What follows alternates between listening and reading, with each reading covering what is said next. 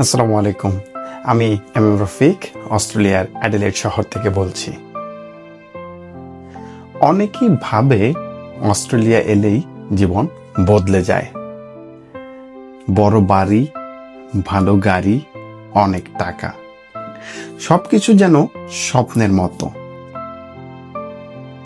কিন্তু কেউ কি দেখে এই স্বপ্নের পেছনে কত রাতের নির্ঘুম কান্না আছে, কত একাকিত্ব আছে, কত লুকোনো সংগ্রাম আছে।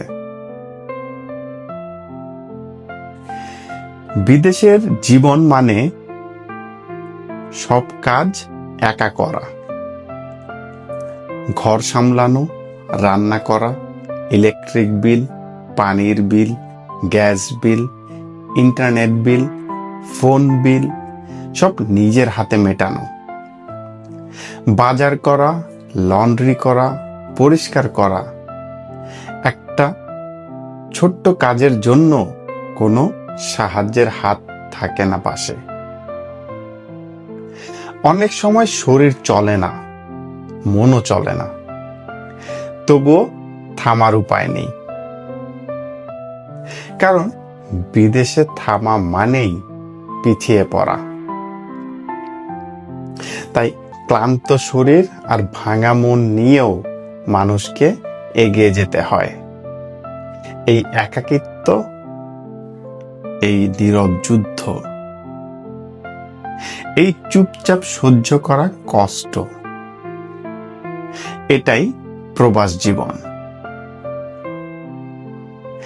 দেশে থাকলে এইসব বোঝা যায় না, মনে হয় সবাই খুব সুখে আছে, সবকিছু যেন রঙিন। কিন্তু বাস্তবে এই রঙিন ছবির আড়ালে লুকিয়ে থাকে হাজারো অদৃশ্য ব্যথা। তবুও মানুষ হাল ছাড়ে না, কারণ তাদের পেছনে আছে পরিবার, আছে সন্তানের ভবিষ্যৎ, আছে এমন কিছু স্বপ্ন যেগুলো ভেঙে ফেলার সাহস নেই।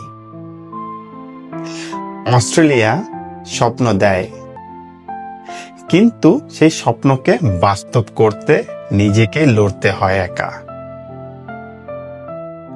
মনে রেখো, প্রবাস জীবন কঠিন, কিন্তু অসম্ভব না। যারা ধৈর্য ধরে একদিন তারাই জিতে যায়।